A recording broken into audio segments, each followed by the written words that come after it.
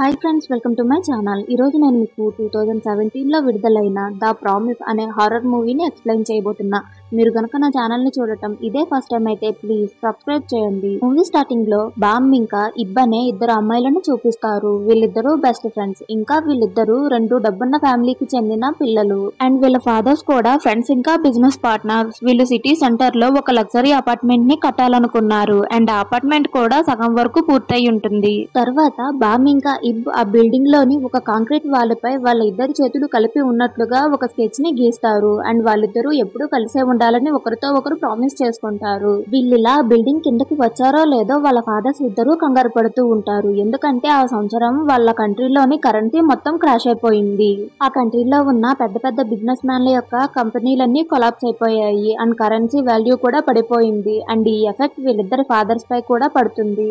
దీనివల్ల వాళ్ళు కట్టాలనుకుంటున్న ఆ బిల్డింగ్ పని కూడా మధ్యలోనే ఆగిపోతుంది. ఎందుకంటే వాళ్ళకి ఫండ్స్ లేవు. అండ్ ప్రజలు కూడా ఇప్పుడు దానిపై ఇన్వెస్ట్ చేసేంత డబ్బు వాళ్ళ దగ్గర ఉండదు. సో ఇబ్ ఫాదర్ కి ఇప్పుడు ఏం చేయాలో అర్థం కాదు. కంపెనీ నష్టాల్లో ఉంది. అండ్ అతని దగ్గర ఉన్న డబ్బంతా పోవటంతో డిప్రెస్ అయిన ఆయన తన ప్రాణాలను తానే తీసుకుంటాడు. తర్వాత బామ్ ఇబ్ కి ఒక యాపిల్ ని ఇచ్చి తన బాధని పంచుకోవాలనుకుంటుంది. అండ్ ఇబ్ కూడా నాకు ఇక్కడ జరిగేదేమీ అర్థం కావట్లేదు. మా నాన్న చనిపోయారు. అండ్ మా ఇంటిని గవర్నమెంట్ సీజ్ చేసింది. ఇంకా తను మాట్లాడుతూ మన ఇద్దరం ఒకరితో ఒకరు ప్రామిస్ చేసుకున్నాం కదా ఎప్పుడూ కలిసే ఉండాలని. బట్ మా ఇల్లు సీజ్ చేశారు. సో నేను నీకు దూరంగా ఉండాలి. నేను ఇది భరించలేకపోతున్నాను. నాకు మా అమ్మ గన్ ఎక్కడ దాచిందో తెలుసు. నేను దానిని తెస్తాను. మనిద్దరం చనిపోదామని అంటుంది. అండ్ ఇప్పుడు బామ్ తన ట్యూషన్ ఫీజుతో ఒక పేజర్ ని కొనుంటుంది. అది ఇబ్కి ఇచ్చి దీని ద్వారా మనం ఒకరితో ఒకరు మాట్లాడుకోవచ్చని అంటుంది. ఆ రోజు బామ్ ఫాదర్ తన దగ్గరకు వచ్చి నాకు కాంట్రాక్టర్ గా ఒక జాబ్ దొరికింది. సో మనం మళ్ళీ తిరిగి రిచ్ అవ్వచ్చని తన కూతురితో చెప్తుంటాడు. తర్వాత వాళ్ళమ్మ బామ్ దగ్గరకు వచ్చి నువ్వెందుకు ట్యూషన్ ఫీజు కట్టలేదని అడుగుతుంది. ఈ టైంలో తన చేతిలో ఉన్న పేజర్ ని చూసి నువ్వు ఆ డబ్బుతో ఇది కొన్నావా అని తిడుతుంది. అందుకు బామ్ మరి నువ్వెందుకమ్మా పక్క వీధిలో వస్తువులను అమ్ముతూ ఉన్నావు, నిన్ను చూస్తే నాకు చాలా సిగ్గుగా ఉందని అంటుంది. అందుకు కోపడిన వాళ్ళమ్మ నువ్వు వెంటనే ఇంటి నుంచి వెళ్ళిపో అంటుంది. ఆమె కూడా ఆ పేజర్ ని తీసుకుని ఇంటి నుండి బయటకు వచ్చేస్తుంది. ఈ టైంలో తనకి ఇబ్ దగ్గర నుండి ఒక మెసేజ్ వస్తుంది. అండ్ బామ్ వాళ్ళ నాన్న దగ్గరలో ఉన్న ఒక హోటల్ లోపలికి వెళ్తుంటాడు. ఇది చూసిన తను ఆయనను ఫాలో చేస్తూ వెళ్తుంది. అక్కడ ఆయన ఎవరు తన ఎదురుగా లేకపోయినా సరే ఎవరో క్లయింట్ ఉన్నట్లు ఊహించుకుని తనలో తానే మాట్లాడుకుంటూ ఉంటాడు.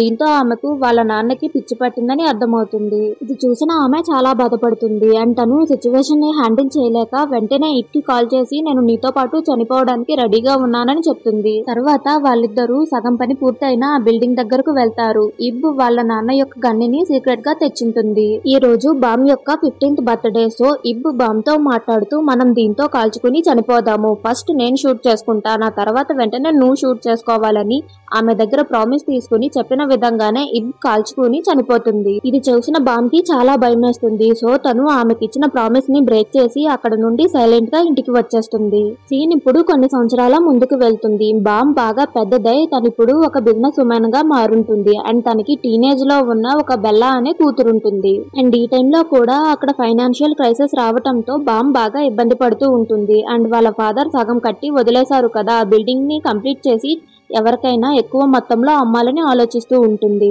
సో తను ఇన్వెస్టర్స్ ని తీసుకుని వెళ్లి ఆ బిల్డింగ్ ని చూపించి మొత్తం అంతా ఎక్స్ప్లెయిన్ చేస్తుంది. అండ్ ఇక్కడ ఇన్వెస్ట్ చేయమంటుంది. బట్ ఆ బిల్డింగ్ లో సగం వాటా ఇబ్ యొక్క ఫాదర్ ది. కానీ ఆయన లేరు. సో మిగతా ఫ్యామిలీ మెంబర్స్ తో ఆమె అప్రూవల్ ని తీసుకోవాల్సి ఉంటుంది. అలా బామ్ ఆ బిల్డింగ్ ని వాళ్ళకి చూపిస్తున్నప్పుడు ఆమె కూతురు బెల్లా కూడా ఆ బిల్డింగ్ లోకి వస్తుంది. అండ్ తను అక్కడ ఉన్న టాప్ ఫ్లోర్ కి వెళ్లి అక్కడ ఒక వాల్ పై 2 హ్యాండ్ ప్రింట్స్ ఉండటాన్ని చూస్తుంది. ఆ హ్యాండ్ ప్రింట్స్ ఒకదానితో ఒకటి కలిసి ఉన్నట్లు కనిపించి ఇంట్రెస్టింగ్ గా ఉండటంతో బెల్లా దానిపై తన పేరును రాస్తుంది. ఈ టైంలో అక్కడ ఉన్న డోర్ ఒకటి ఓపెన్ అవ్వటంతో తన కెమెరాలో రికార్డ్ చేసుకుంటూ లోపలికి వెళ్ళినప్పుడు అక్కడ తన కెమెరా ఒక ఫేస్ ని డిటెక్ట్ చేస్తుంది. అండ్ అక్కడ తనకి ఒక పేజర్ దొరుకుతుంది. అది ఇబ్కి చెందినది. దానిలో బామ్ ఇబ్కి పంపించిన కొన్ని మెసేజెస్ ఉంటాయి. అవి ఇంట్రెస్టింగ్ గా అనిపించటంతో బెల్లా ఆ పేజర్ ని తనతో పాటు ఇంటికి తెచ్చుకుంటుంది. అందులో బామ్ ఇబ్కి పంపించిన మెసేజెస్ అన్నిటిని చదువుతూ ఉంటుంది. బట్ ఆ మెసేజెస్ వాళ్ళ అమ్మే ఇబ్కి పంపించిందనే విషయం బెల్లాకి తెలీదు. అండ్ ఆ మెసేజెస్ కూడా కొంచెం క్రీపింగ్ గా ఉండటంతో భయపడిన ఆమె ఆ పేజర్ ని డస్ట్బిన్ లో పడేస్తుంది. ఆ రోజు నైట్ బామ్ నిద్రపోతూ ఉన్నప్పుడు తన రూమ్ బయట ఏవేవో సౌండ్స్ వినిపిస్తూ ఉంటాయి. సో తను బయటకు వచ్చి చూస్తే ఇల్లంతటిని ఎవరో నాశనం చేసి ఉంటారు. అండ్ వాటర్ బాయిలర్ లో వాటర్ వేసి బాగా మరిగించుంటారు. అండ్ ఒక క్యాబినెట్ బాగా లాక్ అయిపోయి ఉంటుంది. ఇది చూసిన బామ్ ఆ క్యాబినెట్ ని ఓపెన్ చేయాలనుకుంటుంది. కానీ ఒక హ్యాండ్ ఆమె చేతిని నెట్టేస్తుంది. దీంతో భయపడిన బామ్ తన రూమ్ లోకి వెళ్లి లాక్ చేసుకుంటుంది. అయినా సరే ఆమెను వదలకుండా ఆ రూమ్ డోర్ ని తడుతూ అన్లాక్ చేయాలని చూస్తారు. సో భయపడిన బామ్ తన గన్ ని తీసుకుని షూట్ చేయడానికి రెడీగా ఉంటుంది. ఈ టైంలో ఆ రూమ్ డోర్ కూడా ఓపెనే. అక్కడికి ఒక రెడ్ కలర్ బాల్ వచ్చి ఆగుతుంది. సో తను బెల్లా రూమ్ లోకి వెళ్లి తన కూతురు పరిస్థితి అంతా బాగానే ఉందని చెక్ చేసుకున్న తర్వాత వెంటనే తన పోలీసులకు కాల్ చేసి ఎవరో ఒక దొంగ మా ఇంట్లోకి వచ్చి ఈ వస్తువులన్నిటినీ నాశనం చేశాడని చెప్తుంది.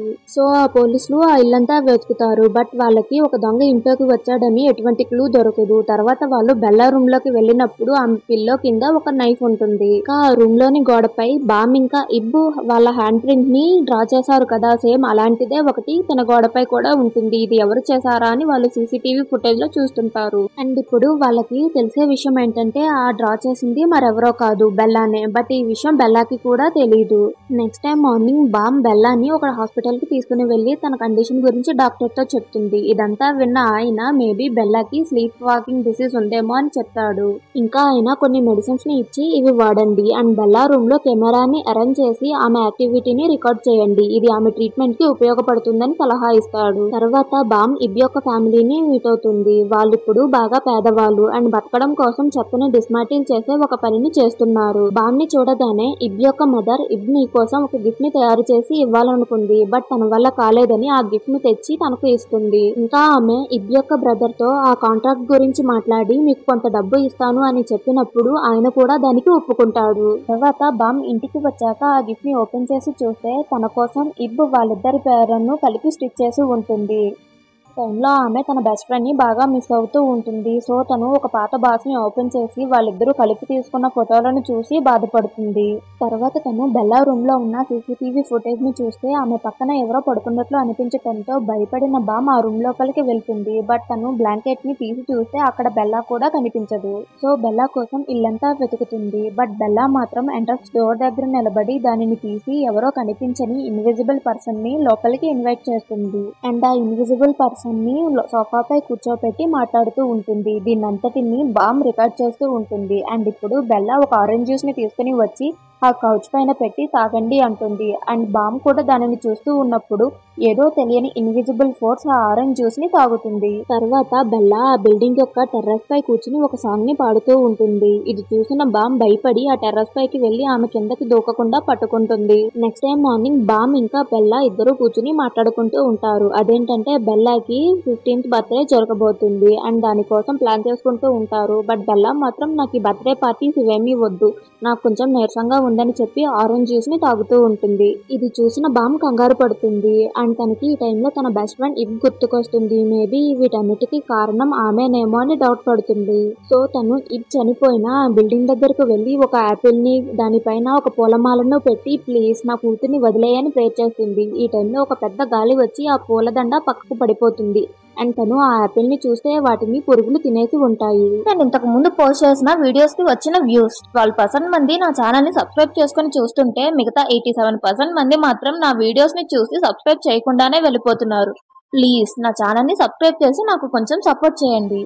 తర్వాత తను ఆ బిల్డింగ్ నుంచి కిందకు వచ్చేస్తుంది. అక్కడ ఆడుకుంటున్న కొంతమంది పిల్లల్లో ఒక పిల్లాడు బామ్ ని చూసి భయపడతాడు. ఏమైంది, ఎందుకు నన్ను చూసి భయపడ్డావని ఆ పిల్లాడిని అడిగినప్పుడు మీ వెనుక ఒక దయ్యాన్ని నేను చూసా అని చెప్తాడు. ఎందుకు ఆమె ఏంటి దయ్యమా, నన్ను ఫాలో చేస్తుందా, దానికి సంబంధించిన డీటెయిల్స్ నాకు పూర్తిగా చెప్పు అని ఆ పిల్లాడిపై అరిచేస్తుంది. దానివల్ల ఆ పిల్లాడు భయపడిపోతూ ఉంటాడు. అండ్ అక్కడే పనిచేస్తున్న వాళ్ళ అమ్మ వచ్చి ఆ పిల్లాడిని తీసుకెళ్లిపోతుంది. ఇంకొక పక్క బామ్ ఇంట్లో ఉన్న పని మనిషి ఆ ఇంట్లో ఉన్న ఫ్రూట్స్ అన్ని పాడైపోవటాన్ని గమనిస్తుంది. అండ్ బెల్లా నిద్రపోతూ ఉంటుంది. నిద్రపోయి తను స్లీప్ వాకింగ్ ని మొదలు పెడుతుంది. అలా తను వాక్ చేసుకుంటూ సిజర్స్ కోసం వెతుకుతూ ఉంటుంది. యాక్చువల్లీ ఇంట్లో ఉన్న షార్ప్ ఐటమ్స్ అన్నిటిని బామ్ దాచిపెట్టి ఉంటుంది. బట్ ఈ విషయం తెలియని పని మనిషి బెల్లా అడగగానే ఆ సిజర్స్ ని తనకిస్తుంది. కొంచెం సేపటి తర్వాత ఆ పని మనిషి మార్కెట్ కి వెళ్ళగానే బెల్లా ఆ సిజర్స్ తో కట్టెన్ని కట్ చేస్తూ ఉంటుంది. ఎందుకంటే ఆమె వాటిని తన మెడ చుట్టూ చుట్టుకుని చనిపోదామని వెళ్దామని అనుకుంటుంది. ఇంకొక పక్క బామ్ ఇంటికి వచ్చేస్తూ ఉంటుంది. తనకి పార్కింగ్ లాడ్ లో ఇబ్ యొక్క పేజర్ దొరుకుతుంది. ఇది చూసిన బామ్ కంగారు పడుతూ పైకి వెళ్లి చూస్తే అప్పటికే ఆ కట్టెని తన మెడకి ముడివేసుకొని ఉంటుంది. బట్ కరెక్ట్ టైం కి ఆ రాడ్ ఊడిపోవటంతో తను చనిపోకుండా ప్రాణాలతో తప్పించుకుంటుంది. అండ్ ఈ టైంలో బెల్లా వాళ్ళ అమ్మ చేతిలో ఉన్న ఆ పేజర్ ని చూసి భయపడుతూ ప్లీజ్ అమ్మ దీనిని దూరంగా పడే అంటుంది. ఆ రోజు నైట్ బామ్ కూడా ఆ పేజర్ ని కాల్చేస్తుంది. అండ్ దానితో పాటు తన పాత మెమరీస్ అన్నిటినీ కాల్చేస్తుంది. అండ్ ఆమె తన కూతురికి పూర్తి నిజాన్ని చెప్తుంది. నా 15th బర్త్డే రోజున నేను నా బెస్ట్ ఫ్రెండ్ ప్రామిస్ చేసుకున్నాం చనిపోదామని. ఇది చనిపోయింది. బట్ నాకు ధైర్యం సరిపోక ఆ ప్రామిస్ ని బ్రేక్ చేశాను. కానీ ఈ విషయాన్ని నేను ఎవరికీ చెప్పలేదు. ఈవెన్ ఇబ్ వాళ్ళ ఫ్యామిలీకి కూడా ఈ నిజం తెలియదని చెప్తుంది. ఇది విన్న బెల్లా భయంతో బాగా ఏడుస్తుంది. ఎందుకంటే తనకిప్పుడు 15 years రాబోతున్నాయి. ఇబ్ బాంబ్ ప్లేస్ లో తనని చంపబోతుందని అర్థం చేసుకుని బాగా భయపడుతుంది. ఆ రోజు నైట్ బెల్లా వెళ్లి షవర్ లో కూర్చుంటుంది. ఎందుకంటే తనకి నైట్ మేర్స్ వస్తున్నాయి. సో తను నిద్రపోకుండా ఉండటం కోసం తనపై వాటర్ పడేటట్లు చేసుకుంటుంది. దీనిని బాంబ్ గమనిస్తుంది. నెక్స్ట్ డే మార్నింగ్ ఆమె ఒక నర్స్ ని అపాయింట్ చేసి బెల్లాని చూసుకోమంటుంది. తర్వాత తను ఆ బిల్డింగ్ దగ్గరకు వెళ్లి ఇంతకు ముందు ఒక అబ్బాయి గోస్ట్ ని చూశాడు కదా, ఆ అబ్బాయిని వెళ్లి నా దయ్యంతో మాట్లాడడానికి నాకు హెల్ప్ చేయమని అంటుంది. కానీ ఆ అబ్బాయి ముందు ఒప్పుకోడు. దీంతో బామ్ మీ అమ్మని ఉద్యోగాల నుంచి తీసేస్తానని బెదిరించటంతో ఆ అబ్బాయికి వేరే దారి లేక సరే అంటాడు. తర్వాత వాళ్ళిద్దరూ ఆ బిల్డింగ్ దగ్గరకు వెళ్ళినప్పుడు ఇబ్బి యొక్క గోస్ట్ పై ఫ్లోర్ లో కనిపిస్తుంది. ఇది చూసిన ఆ పిల్లాడు ఆమెతో చెప్పగానే వాళ్ళిద్దరూ పై ఫ్లోర్ కి వెళ్తారు. అక్కడ వాళ్ళకి ఆమె గోస్ట్ ఒక షాడో రూపంలో వాల్పై కనిపిస్తుంది. ఇప్పుడు బామ్ ఆమెతో మాట్లాడుతూ ఆ రోజు నేను నీతో పాటు చనిపోయినందుకు ప్లీజ్ నన్ను క్షమించు అండ్ నా కూతుర్ని వదిలేయని బతిమాలుతుంది. ఇదే విషయాన్ని ఆ పిల్లాడు దయ్యానికి కన్వే చేస్తాడు. బట్ ఆ దయ్యం దానికి అగ్రీ అవ్వదు. దీనివల్ల ఆమెకి బాగా కోపం వచ్చి తన చేతిలోని వస్తువులన్నిటినీ ఆ షాడో పైకి విసిరేస్తుంది. ఇప్పుడు ఆ షాడో అక్కడి నుండి మాయమైపోతుంది. ఇంకా ఆ దయ్యం ఆ పిల్లాన్ని పట్టుకుని చంపేయాలని చూస్తుంది. సో భయపడిన ఆ పిల్లాడు అక్కడి నుండి పారిపోతాడు. బామ్ కూడా అతని వెనకే వెళ్లి పట్టుకుంటుంది.